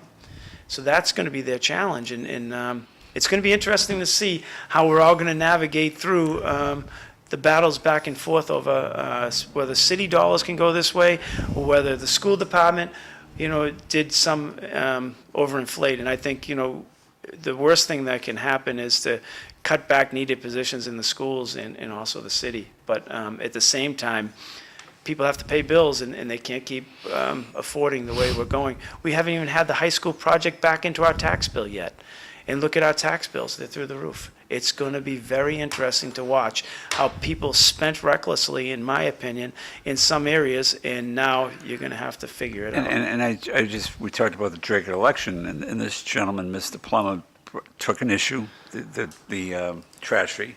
He made it an issue, and he won. I wanted to see if any of these challenges are going to make issue about the pay raise, if they're going to make issue, and see if they can pull it off. I mean, the same way, because if people, I'll show you if people are listening, because obviously there were people listening in Drake with that trash fee, because I know a lot of people were not happy with it, but if you understood it, and Tony gave me the 101 on that, and he explained the whole thing to me, so it was a Band-Aid effect, and that's all it is. I met a person on the Monday Night Dinner Club last night for the first time, and I said, how does Drake it? They have voting on Saturday, they have all this, and they can't, 7%, like 1,800 votes, that's all they can get out. He goes, yeah, but if they put an override on there, you'd get a lot more people. Oh, yeah. But just like town meeting. Town meeting's a joke. If you get something big at town meeting, like say it's a special interest thing, the place will be packed. Other times you can't get a quorum. I'm one of the people who want to do away with town meeting. It's crazy. It should be allowed by this, like to have a town council. Meaning like instead of a board of selectmen, have a town council. Maybe expand it, go to 7. I don't know. But I know this is a hard question, Eric, because you got the budget and everything coming up, but this is an opinion show. Do you think property taxes are going to go up again? Yes. I don't think people are going to like that. There's no question it's going to go up. No question. 100%. When you start looking at the things that you're spending on, someone has to, you watch some of the raises we talked about, before they didn't have a finance person when I was in DPW in the health department. Now they have two of them. One of them they advertised at 83,000 was budgeted, but they said they couldn't get anybody, so then they raised it from 83,000 to 110 to 130,000. So there was a delta of top to top of $50,000 in one position. And we talk about, not having monies and cutting back. You're going to see some departments are going to have pushback because they can't run without those funds. So it's going to be very interesting to watch. While some are driven up, some are going to push back, and it's After gonna the be announcement, I'm interesting. going to ask Eric for some solutions to that issue. So if you want an announcement on City Life, real easy thing to do, send me a text. That's my cell phone number. Be happy to put it out there. Today is May 6th. So today, if we go over to the senior center around 10:30 with $2, if you don't have the $2, just tell them you don't have the $2, you can eat for free. Today, we're going to have barbecue chicken quarters. Yummy time over to the Lowell Senior Center. So just get over there around 10:30, go in and see Tara, nice gal by the door, and she'll put you in a good direction. Coming up this weekend is the Lowell Boys Lacrosse is going to have a car wash Saturday, May 10th, 9 to 1 p.m., $10 per car. And Alumni feels, I hope it's a nice sunshiny day. Take your car up there, give them $10 and make the kids smile. This is a pretty good deal. If you use this QR code down the corner here, the Lowell Police is sponsoring this, and they're going to send, I believe, 50 kids to Canterbury Lake Park on Wednesday, July 16th. But you got to get a ticket. There's only 50 tickets. So be in touch with the Lowell Police Department. If you have questions, there's an email address down here. Email them. But the idea is be a hold of them. If you get one of these things, they'll pick you up, they'll bring you to the park, they'll get you in there. You're going to have a real fun day. Canterbury Lake Park, thank you, Lowell Police. Rodney Elliott's having a party. Please join us for the event. Rodney's coming, I think, next week. Please join us for a fundraising event. State Representative Rodney Elliott, May 15th, 5:30 to 7 p.m. at the China Star Restaurant, 1733 Middlesex Street in lovely Lowell, Massachusetts. Okay, St. Michael's Church, St. Michael's Parish. If you have some stuff you want to get rid of, like clothing, sheets, all kinds of stuff, take your phone over the TV set or the monitor, whatever you're watching the show on, take a picture of this, because they need small garden tools. They'll take whatever you got. They have some items there that they're not going to take, like car parts, personal toiletries, business furniture. And St. Michael's got a good idea going on here, so bring it over to St. Michael's on certain days you can do this. This is going on for the whole month of May, so good idea to over to St. Michael's Church over at 543 Bridge Street in lovely Lowell, Massachusetts. You don't have to live in the parish. They welcome anybody to drop off some good stuff, gently used stuff, for them to recirculate. Jeff Kuna, radio guy, WRKO in Boston. He's having a audit the legislature rally, May 17th, Saturday, 10 to noon, red flag warning. And so be there or be square. Vesna Noon's having a party. And so at the Sam Powell Meese Restaurant, 450 Chelmsford Street, it's going to be Saturday, May 24th, 7 to midnight. I'm sure it'll be a real tasty time, so we'll be talking about that all next week. Neighborhood meetings. These are all the neighborhood meetings that the Lowell Police Department's aware of. I know Belvedere neighborhood is up here now. That's good. So these are all the neighborhood meetings that the city is aware of. The Lowell Police is aware of, and this is the date, the time, the location. So the next one's coming up is May 12th. That's the Highlands. They meet at the Lowell Catholic. Moving right along, Healing Mass in honor of St. Peregrine at the Immaculate Conception Church on Wednesday, May 28th, Ascension Thursday evening. Everybody's welcome. Not just parishioners are welcome, but any Tom, Dick, and Mary is welcome to go to that Mass. Corey Robinson's having a party. Together we make a difference. Shrink this up, so wrong button there. Where is my stuff now? I'll just close these. We'll fix their wagon, just close the windows. Here we go.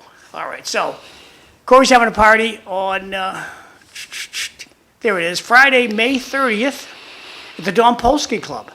Big parking lot, maybe great time, 5:30 to 9:30 p.m. So please join Corey Robinson and many of his friends, and hosted by Zoe Dzinku, Anthony Leet, and Mona Tyree, and good guy. And Don Polsky Club is located at 10 Coburn Street, lovely Lowell, Massachusetts. Hope to see you over there on May 30th. If you know somebody who needs prayers, you're having troubles, call the Portland Nuns. They're great. They're very close to God. They can get stuff done. So if you need somebody prayed for, just go right ahead and be in touch with them. Out in charming Chelmsford. They don't like those noisy trucks going down the street. They're trying to put a stop to it. So on Thursday, June 5th, and Evelyn, when she comes every Thursday, she talks about this at Chelmsford. They're going to have a meeting in the Chelmsford Police Department Community Room and to talk about this issue. And that's going to be on Thursday, June 5th at 7 p.m. Last day of school in Tewksbury, and most of the community. Eric, when is the last day of school at the Vogue? Don't know yet? I think Lowell's 16th. I think it's the 16th. Yeah, also. not too many snow days this year. It's So coming Drake up. is out, yeah. It's coming up, so last day's coming. That's our last announcement. Over to you, Bobby. Thank you for the Hey, information. Bobby, thanks, I got- Tom. I know, I was I gotta just going fly. to throw it right to you, buddy. Anything you want? I just want to say one thing. I just want to say hello to a person out there named Jan. I was down at the shrine down in downtown Lowell a couple of weeks ago, and she stopped me and says how she watches our show every week. So I wanted to just give a shout out and say hello to Jan. I hope you're watching this morning, and I'll see you guys next week. Well, I won't see you next week, but I'll see you soon. Yep. Bobby, I'll see you, All buddy. right, thanks, Tom. Take over. Thanks, Tom. All right, yeah. So Thanks, Tom. this is what the best part of the show for me is the last half hour because you want to bring up the things you've been thinking about all week. So before I throw it to Eric and ask him what's Tom, going have a on good with week. City Council Thank you. tonight, my friend Camp K that's in Cambodia, I know he does watch the show and stuff, but I remember when he ran for school committee, he wanted to give money back to people that sent their kids to parochial schools. He thought you should have had some type of check from the government, state government, coming back because you saved them 13, 15, 16,000, whatever the cost is per child nowadays. And I said, you can't run on that issue, buddy. The question was question 2 at the time, and he was for it, and I knew the union would have destroyed him, and that's what happened. I told him, I said, you can't run on that issue. But now, Texas has just passed a law, school choice, and to give people about $11,000. That's not going to cover the cost of Lowell Catholic, but $11,000, it's going to bring competition to the school. So I see a lot of things coming to the schools in the next 2 to 4 years, things we've never seen before. Massachusetts might be a little slower, but I do see a big change. But I just want to now say this to me. When you're done, Bobby. Yeah, Camp K, buddy, we miss you. Come on back. Dominic Lay has made some big votes, and there was a group of people after him, too.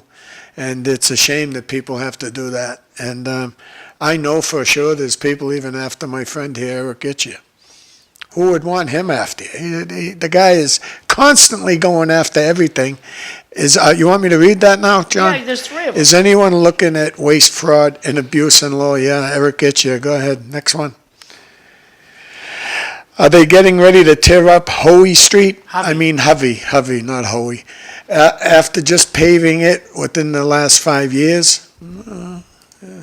There's a lot of I'll little... take this one in. Ms. McDonough, please tell everyone where the money's coming from. There's a late priest, his name was Monsignor Crowley. He'd get up at St. Patrick's Church down Happy Hampton Beach.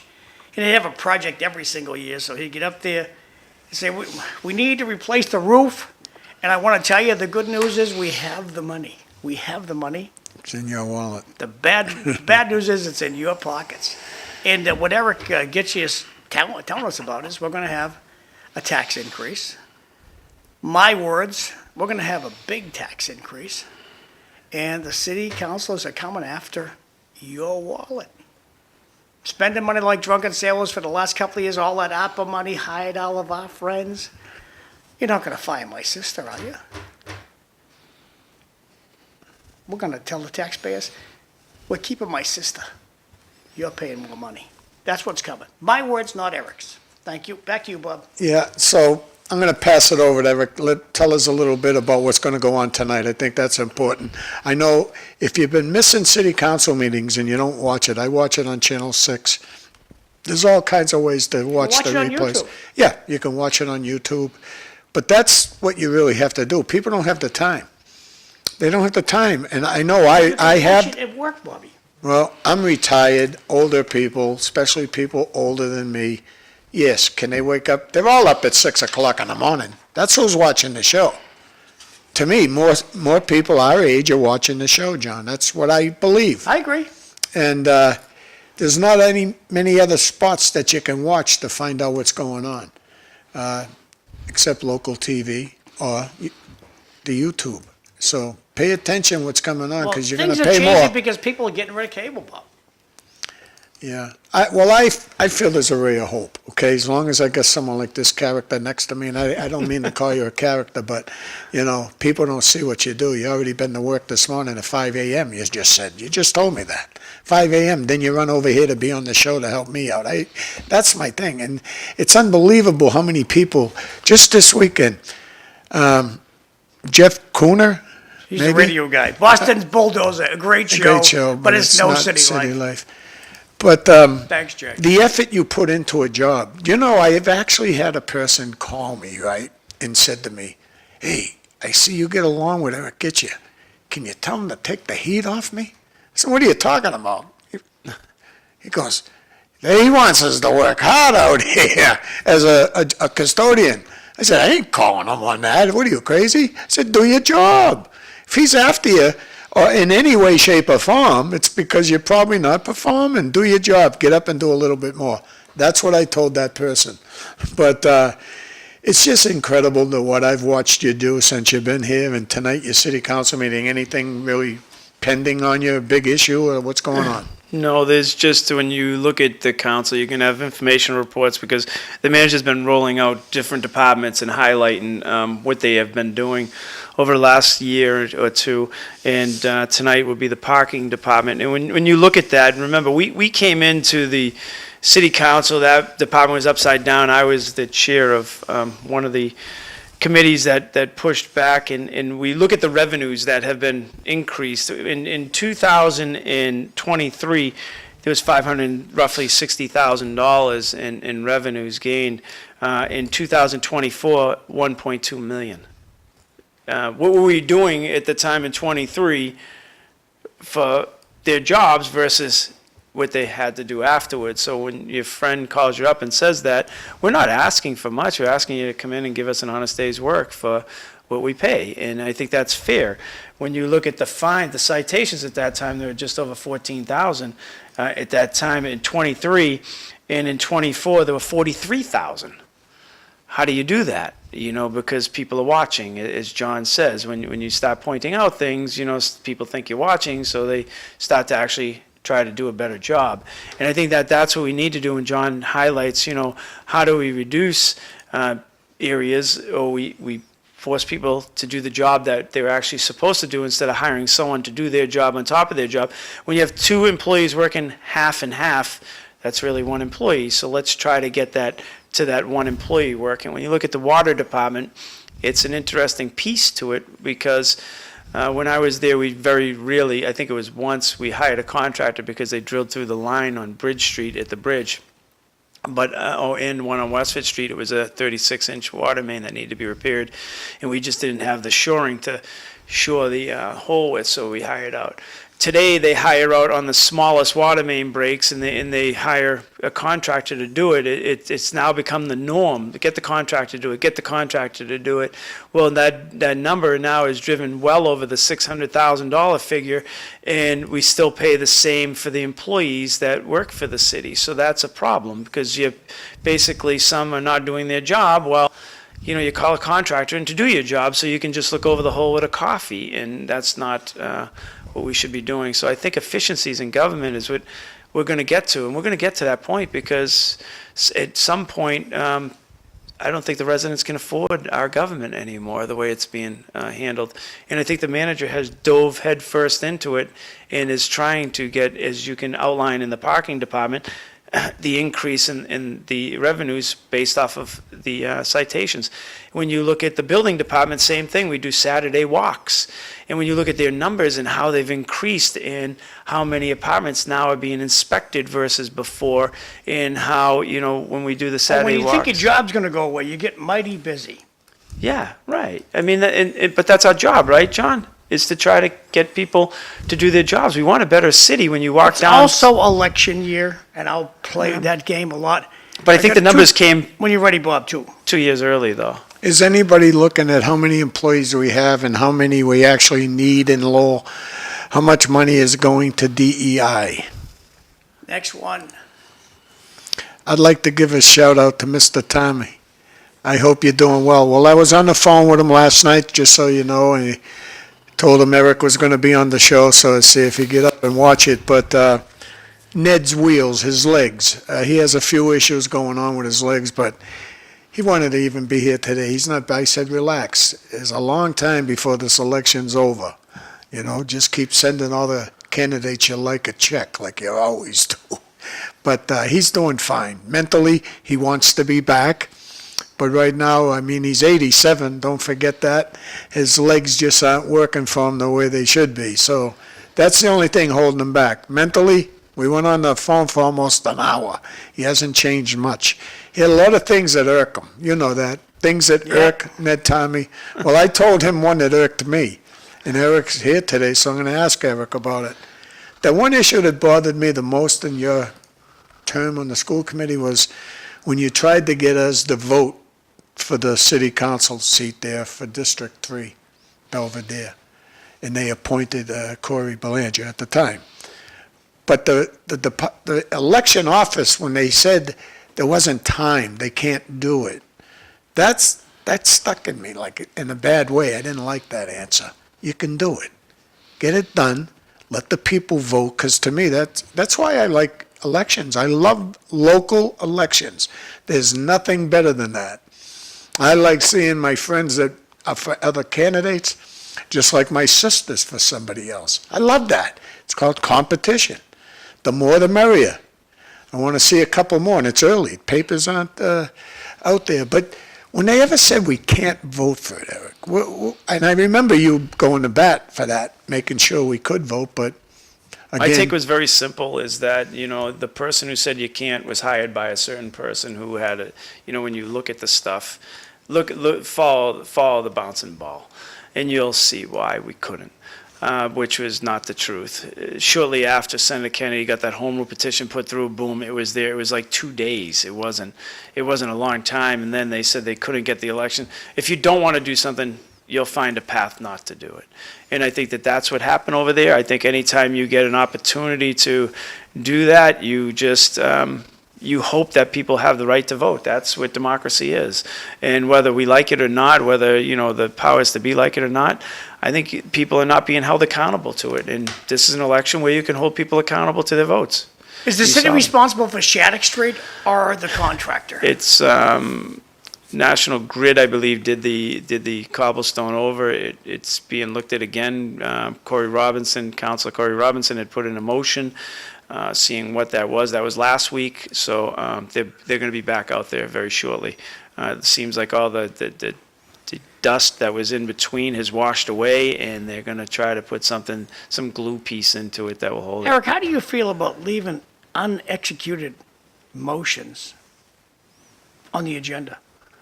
Because if the administrating, and I've served on enough boards and I'm an old timer, but when I would give administration a job to do, and they really don't want to do it, and everybody on the board agrees, we're going to do this, administration goes, good luck with that. And if it stays on and some of the boards I was able to convince my colleagues, approved motions stay on the agenda until they're executed. And the list just got longer and longer of unexecuted motions.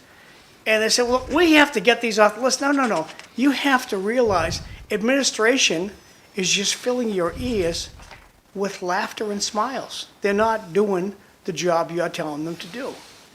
What are your thoughts on leaving generators on there? No, I agree with you. And I've asked that question multiple times, and it's not there. There used to be a portion on the agenda that used to say old business, and it used to be lined up under there. I don't know why it's not there. We've asked that question, but we don't get the. Because Bobby tried it on the school committee. No, we got to get rid of that. No. Let us do as we please. Leave us alone.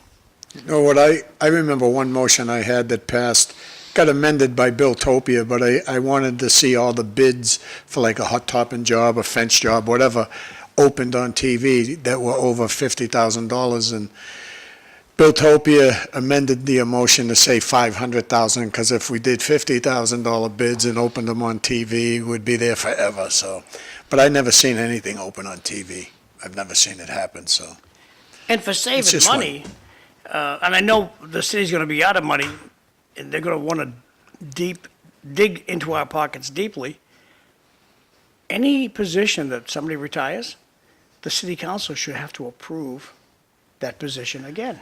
I wish we could, but as you know, under Plan E, now I don't you're know. diving. That's why I'm asking you. I Yeah, don't- under Plan E, the charter, the manager is in charge of day-to-day operations. So now you would be overseeing that portion.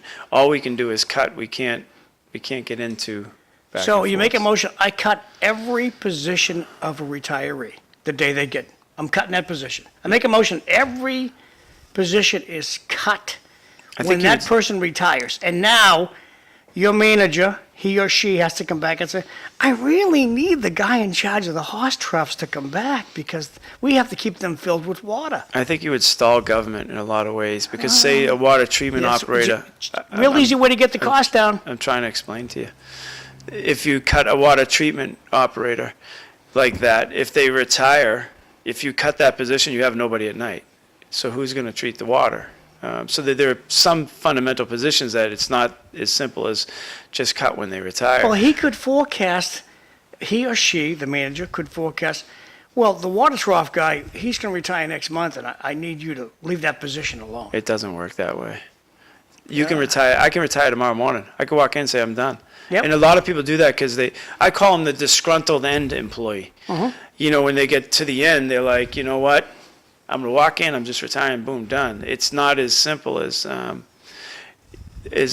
what you're saying, but I mean it's highlighted in the way you're saying, but it's not really as simple as that, because a lot of people do hold how grudges. are you going to, are there any ways we could save money, or, you know what, get ready, Lowell taxpayer. I think we're moving to that way, but as we see these fundamental monies come in, we're finding other ways to spend monies off. So we have to control the spending piece. At the same time, we have saved a lot with the sustainability department. We created a sustainability department based off What of is a couple motions. sustainability? Energy usage, and based off of that. Turn the lights off? Turn the lights off, stuff like that. So, Catherine Moses got a $21 million grant and has saved millions in electricity costs with basically bids back and forth on energy cost purchases and stuff like that for the city. So we've seen a very big jump in that number, which is inviting. And hopefully we get to the point where the sustainability part understands we need a real tree ordinance and stuff like that if we're going to talk about heat islands. And you've seen it here, John. When you were a kid, I'm sure this whole street was lined with trees, as Elm you've seen. trees, yep. And we should have them. The reason why is because we don't want to send street sweepers, or we don't want to do maintenance. Oh, the sidewalk lift a half an inch and Betty is going to walk down it and trip. Well, how about we just shoot the grades that go right over it? It's not a major deal. Hey, I'm an advocate for hot top sidewalks, not cement. I don't like this clickety-clack, the poor little kid in the carriage, every 8 feet, ba-boom, ba-boom. Yeah. I don't understand. Well, that's how cement works. Well, then go to hot top. Well, in New England, cement is not Florida. So people go to Florida and they think that, you can throw cement in New England like Florida, which it doesn't. They're two totally different worlds with the environment and, heat and cool. And Hot top's a lot cheaper than cement. And there's no more clickety-clack for the baby carriage. Yeah. No, I don't disagree. Florida, they put seashells in their hot top. It's just, it's a different world altogether, you know? When things don't freeze, the only place I know that there's no cracks is the School Street Bridge over the railroad tracks. There's no separation things on that bridge at all. I don't know why, but Yeah, I would agree with you when it comes to concrete or cement, you're gonna get a lot of cracks. It's just, it's the weather. But people talk about Lowell, you go to Worcester and drive their roads, and you'll see something that's extremely poor. And you know, when you look, we have taken the dive at it and said we need to put maintenance programs together that will actually save money, that will go forward with the pavement treatments. And also, we need to hold accountable all of these contractors come in and cut our road, and make sure we send somebody over there and watch how they backfill and watch how they're doing these things, because the poorest parts of our roads are former trench cuts, and you can see it when you drive down. You hit a bounce, or around manhole covers, where you can just buy a seal and put it around a manhole cover and try to do that. And the city is doing that right now. There's so many of them, but they're trying to keep up with it. It's been interesting to watch the infrastructure changes over the last 3-4 years in the city with the sewer separation, and then you look at the water upgrades. When you see the new Rourke Bridge come in, we pushed for the water main to go underneath that. On Beaver Street, same thing. They deleted the water main out of Beaver Street, and then I asked them to run a study on it.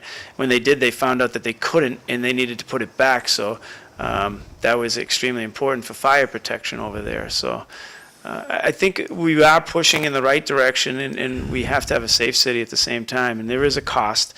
I get that, but there has to be a driver to look at each piece for savings also, as someone already put up there.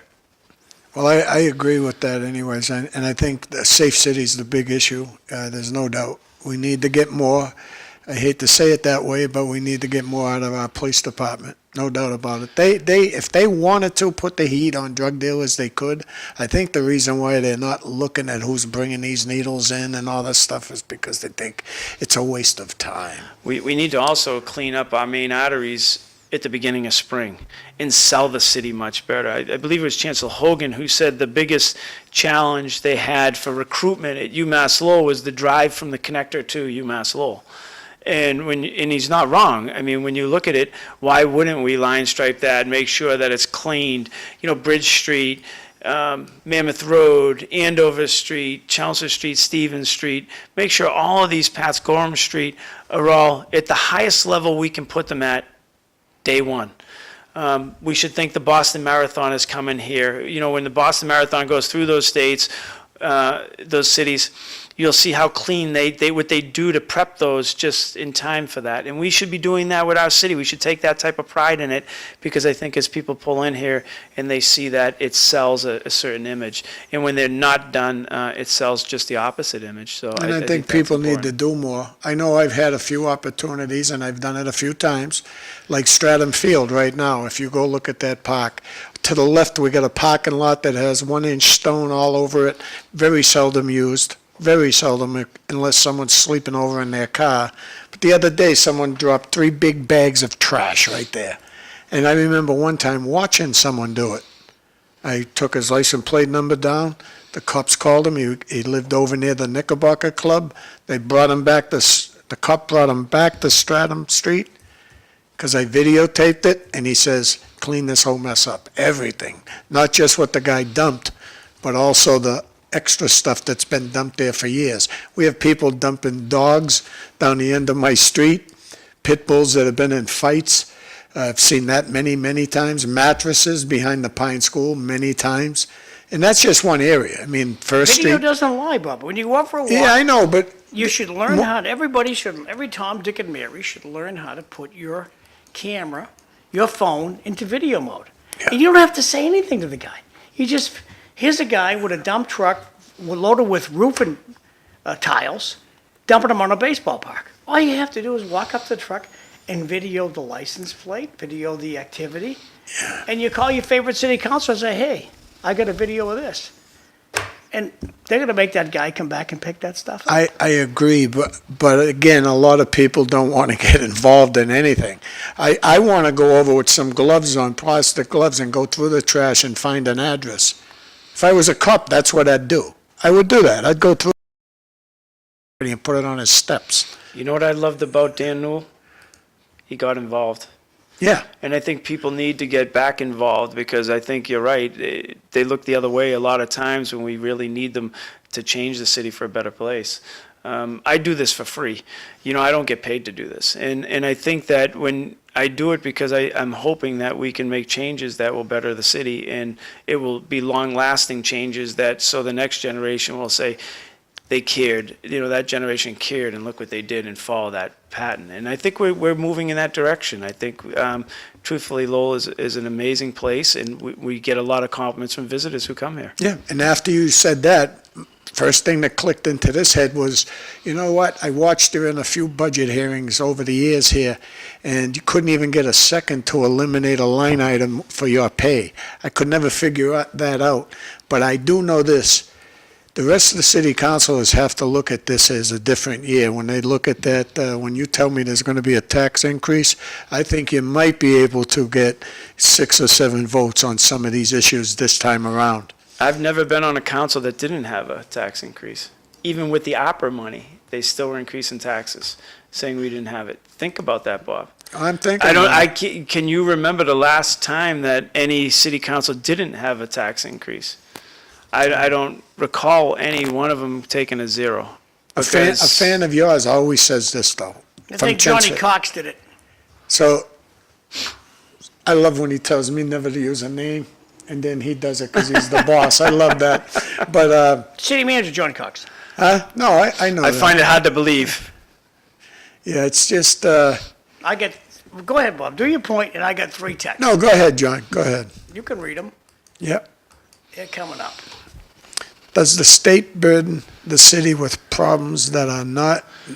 Programs that are not needed and are And are costly. costly. Of course. Yeah, I mean, they're unfunded mandates. They happen all the way through the school system that burden the school system with funding issues and also the city. Yeah, there are many unfunded mandates.